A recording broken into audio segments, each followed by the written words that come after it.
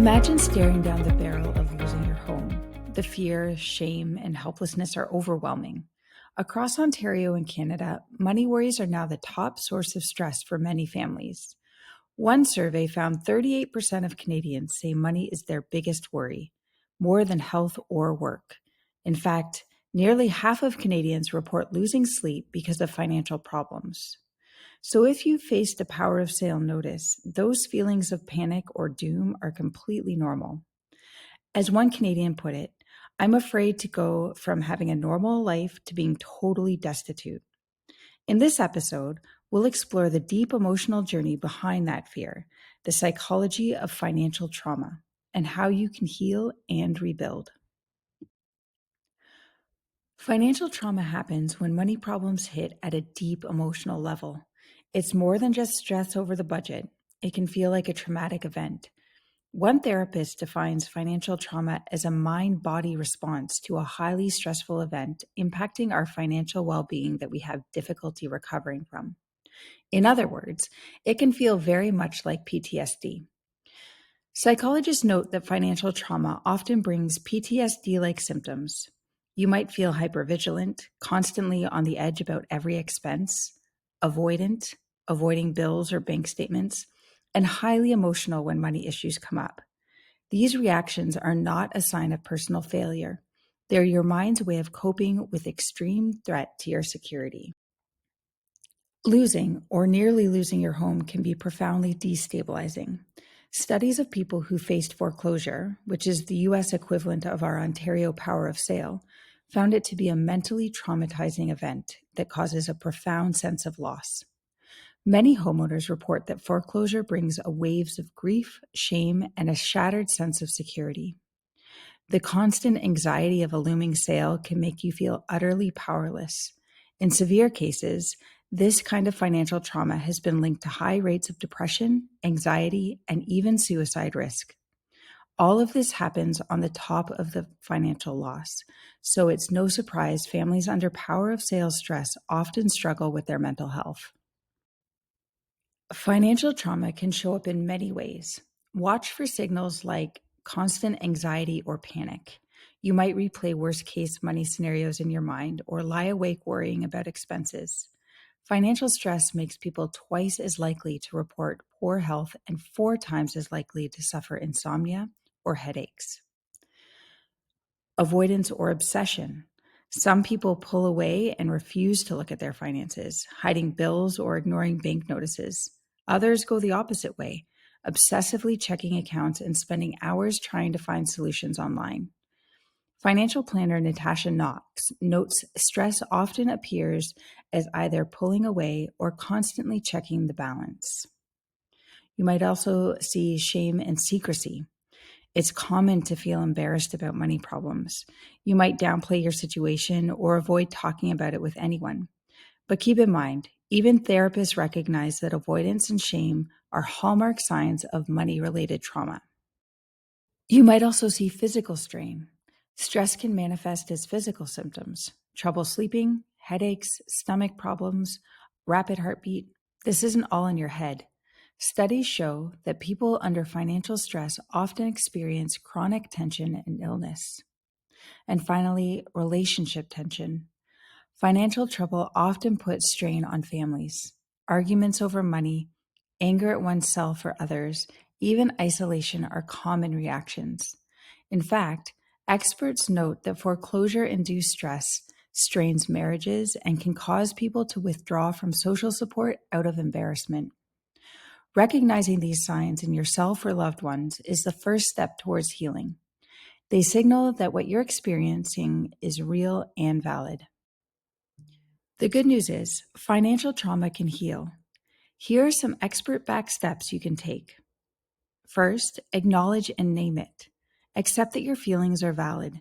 Psychologists advise saying to yourself, this is not weakness. This is a response to a difficult situation. Simply naming the hurt can reduce its power. Second, take small actions for stability. Even tiny financial steps can rebuild control. For example, reviewing your bank balance once a week or putting a few dollars into savings can restore a sense of agency. Each small win chips away at helplessness. Third, practice self-compassion. Money woes often bring guilt and shame, but remind yourself that you are not your debt. Talk to yourself kindly, like, I'm doing my best to fix this, or I deserve support. As one expert puts it, we need to recognize that I deserve safety and support and treat ourselves with kindness. You would comfort a friend in your shoes, so give yourself the same grace. Also, stay connected. Resist the instinct to hide. Talk openly with someone you trust, a friend, a family member, or a support group. Isolation feeds shame. Sharing experiences provide relief. Canadian research on trauma showed that for people rebuilding after hardship, social support was even more critical in alleviating financial stress. You might also connect with others in similar situations, even online forums, to realize that you're not alone. And finally, seek professional help. Counselors, financial coaches, and nonprofits exist to help people in crisis. A credit counselor or therapist can guide you through both the emotional fallout and practical steps like budgeting or dealing with creditors. As one resource reminds us, seeking help is a sign of strength, not weakness. In Ontario, organizations like Canadian Mental Health Association and various credit counseling agencies offer free or low-cost support. By naming your trauma, taking charge where you can, and reaching out, you gradually reclaim stability. Remember, recovery is a process, but each step forward, no matter how small, is progress. Living in Ontario adds its own layer. Our legal system uses power of sale rather than foreclosure in most cases. This means the lender can sell the home if you default, even while you technically still own it. Facing that process can be terrifying. And fortunately, Ontario has programs to help. The Home Rescue Program is a program that can provide relief in some cases. Our goal is to assist you in providing a way for you to stay in your home and then help you rebuild your finances. Government assistance, like emergency rent help or credit counseling programs, are also available. And local charities often run workshops or support groups. Don't hesitate to tap into these resources. Combining professional advice with personal resilience gives you the best chance to recover. You've been through a lot, and it's natural to still feel raw, but there is hope.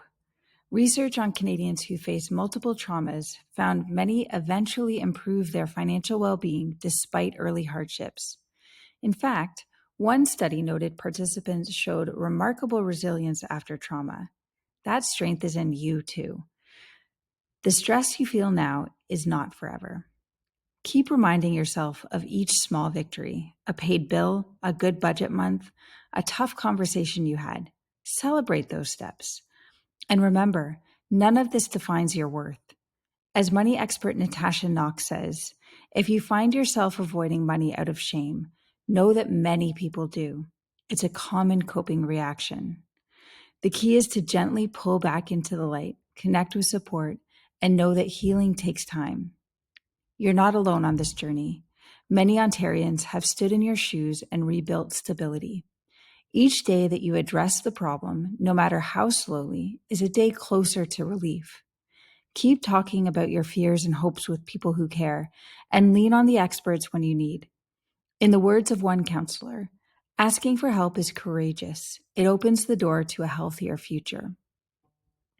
You already have shown courage by reaching out and working to fix things. Trust that you have the inner strength to move past this phase. The road ahead may feel long, but step by step, you'll regain confidence and security. Stay patient, stay connected, and above all, stay hopeful. Better days are ahead.